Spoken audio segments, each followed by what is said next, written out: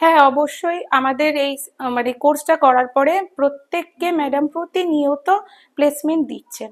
কিন্তু আমার একটা সমস্যা, আমি যেহেতু রানাঘাটে থাকি আমি আসতে পারছি না, বা আমি নিজস্ব একটা সেন্টার খুলেছি, তো আমি এর জন্য আসতে পারি না। কিন্তু ম্যাডাম প্রতিনিয়ত রাইট নাও মানে প্লেসমেন্ট দিয়ে যাচ্ছেন।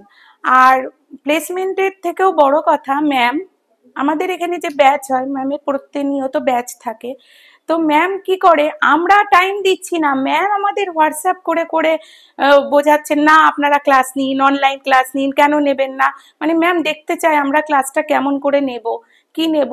বা ম্যাম এটাও বলেন যে তোমরা যদি কারোর ক্লাস নিয়ে থাকো তার ভিডিও করে আমাকে পাঠাও, কোথাও কি ভুল হচ্ছে কি না না হচ্ছে, এগুলো খুব দেখেন। আমি ভাবতেও পারিনি যে এতটা সার্টিফিকেট পাবো, কেননা অনেক ইনস্টিটিউট, আমি এর আগে অনেক কিছু কোর্স করেছি বা চাকরি করেছি, যাই হোক, অনেক ইনস্টিটিউটে যে পড়াশোনাটা শেষ হয়ে যায় অমনি কিন্তু সম্পর্কটা শেষ করে দেয়।